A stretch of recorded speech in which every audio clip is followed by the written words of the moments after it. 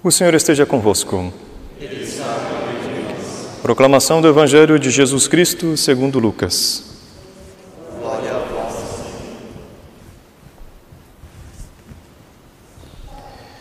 Aconteceu num dia de sábado que Jesus entrou na sinagoga e começou a ensinar.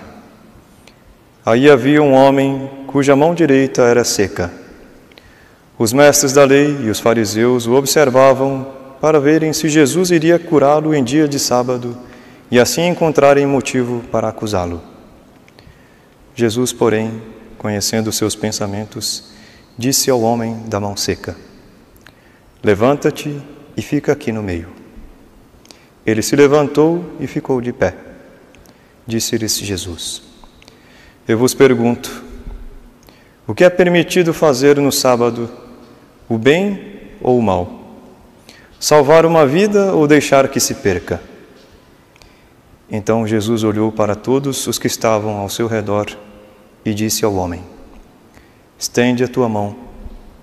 O homem assim o fez e sua mão ficou curada.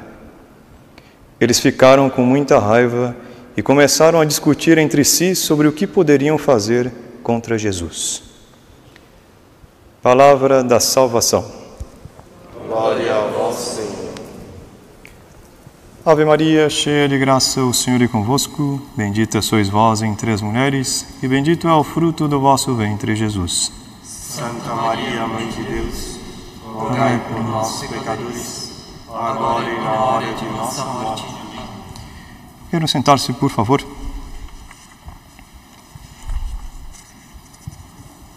Nós temos na primeira leitura de hoje São Paulo, que escreve aos Colossenses e que tem aqui uma afirmação, alguém diria ousada, mas que nós podemos, pela teologia que nós aprendemos na igreja, perfeitamente compreender, inclusive na própria liturgia da missa que nós celebramos. São Paulo diz assim: "Irmãos, alegro-me de tudo que já sofri por vós e procuro completar na minha própria carne o que falta das tribulações de Cristo." Nossa, alguém diria: "Meu Deus, mas ele vai então completar o sofrimento de Nosso Senhor?" Calma. Em solidariedade com seu corpo, isto é, a igreja.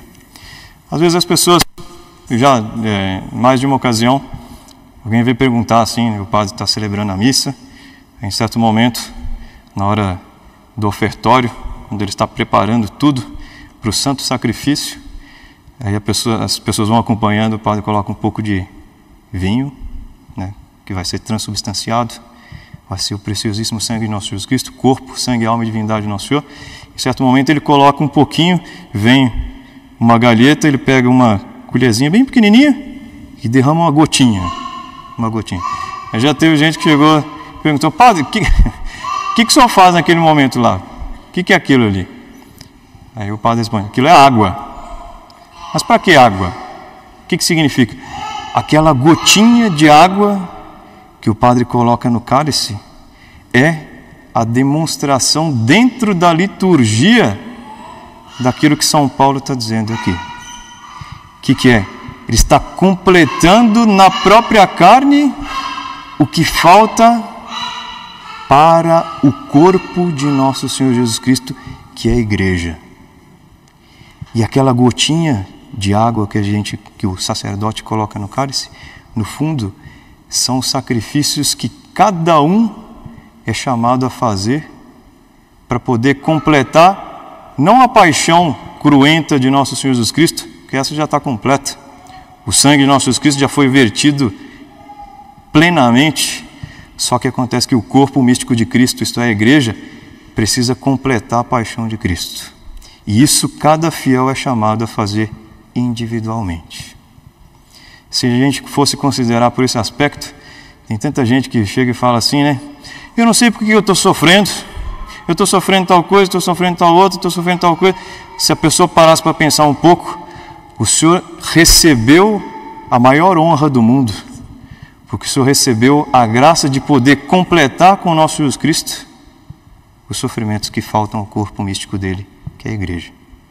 A gente tomaria com outros olhos os sofrimentos que Deus nos dá, né? A gente passaria, em vez de pensar que foi um castigo, nós passaríamos a pensar, é um prêmio. Poder sofrer com o nosso Jesus Cristo é um prêmio. Porque se nós estivéssemos no Calvário ali, pelo menos a pessoa que tem bom espírito, a pessoa que tem fé e verdadeiro amor de Deus, ela diria, eu prefiro que tire ele da cruz e me coloque lá, porque eu mereço, ele não. Ora, quando nós sofremos, o que quer que seja, nós estamos colocando aquela gotinha de água. Indispensável, aliás. Pois o sacerdote não pode celebrar sem aquela gotinha de água. Certo? Se faltasse aquela gotinha de água, seria um pecado mortal, um pecado grave do sacerdote, se ele fizesse intencionalmente. Mas dentro dos sofrimentos, desculpe, não é só doença física, hein? Existem sofrimentos que nós poderíamos dizer, sofrimentos morais, que Deus muitas vezes pede de nós. O que é o sofrimento moral? Às vezes é uma perseguição, às vezes é uma incompreensão, às vezes são calúnias. Tudo isso constitui um sofrimento moral que às vezes é pior do que se a gente estivesse no hospital padecendo um sofrimento físico. Digo isso por quê? Porque no Evangelho de hoje nós temos uma cena que é um retrato de tudo aquilo que acontece com os bons e aquilo que são os maus ao longo da história. Nós temos aqui nosso Jesus Cristo objeto aqui de uma, digamos, entre aspas, cilada que os próprios fariseus fizeram, tentando ver se pegavam o nosso Jesus Cristo em algum ponto. Nosso Jesus Cristo está sendo observado ali, investigado ponto a ponto, para poder ver se pegam algum resquício, algum indício, para poderem condenar nosso Senhor. Mas olhe só a hipocrisia, o farisaísmo dessa gente. Aconteceu num dia de sábado que Jesus entrou na sinagoga e começou a ensinar. Ato de caridade, obra de misericórdia, ensinar os ignorantes. Aí havia um homem cuja mão direita era seca, doente, certo? Pessoa doente. Os mestres da lei e os fariseus o observavam ali. Imagina aquela cena, aqueles homens. Eles estavam ali ouvindo todas aquelas maravilhas que nosso Cristo estava dizendo. Deus que está falando ali, hein? E eles estavam querendo o quê? Para verem se Jesus iria curá-lo em dia de sábado e assim encontrarem motivo para acusá-lo. Meu Deus, onde é que nós chegamos? Então quer dizer que se ele fizesse um milagre para poder curar, ele estava fazendo uma coisa errada? E nosso Jesus Cristo sabia perfeitamente que aquele homem estava ali. Quem sabe se aquele homem foi buscado por algum daqueles fariseus para poder colocar naquele meio. Alguém dizia, nossa, então é juiz temerário, padre. Não, aqui tem certa qualidade de pessoas que a gente pode esperar qualquer coisa. Se tem gente que paga até para poder falar mentira, quanto mais alguém para poder colocar um pobre coitado lá que não sabe o que está acontecendo, para ver se Jesus iria curar no dia de sábado, como se fosse um grande pecado. E nosso Jesus Cristo, conhecendo os pensamentos deles, diz, levanta-te e fica aqui no meio, para todo mundo ver. Ele se levantou e ficou de pé. Disse-lhe Jesus, eu vos pergunto, o que é permitido fazer no sábado? O bem ou o mal? Imagina essa cena. O que eles vão responder? Não tem o que responder. Salvar uma vida ou deixar que se perca? E aí depois disso, Jesus olhou para todos os que estavam ao seu redor e aquele olhar divino de nosso Jesus Cristo ia passando olhos por olhos. E nosso Jesus Cristo sabia a intenção de cada um deles. E disse ao homem, estende a tua mão. O homem assim o fez e a sua mão ficou curada. Graças a Deus, que alegria deve ter tido esse homem depois que ele ficou com a mão curada. Aí nós vemos uma conclusão impressionante. Eles ficaram com muita raiva e começaram a discutir entre si sobre o que poderiam fazer contra Jesus. Olha só, meu Deus, aonde é que chega a capacidade da maldade humana. Vendo milagre, senhor. Vendo milagre, ficaram com muita raiva. E aí nós vemos que esses homens, eles tinham uma doença pior do que aquele homem com a mão seca. Eles tinham o coração seco. Coração ali, carcomido, esquálido pela maldade. E aquilo que era bom, era virtude, era divino, eles consideravam como se fosse um pecado.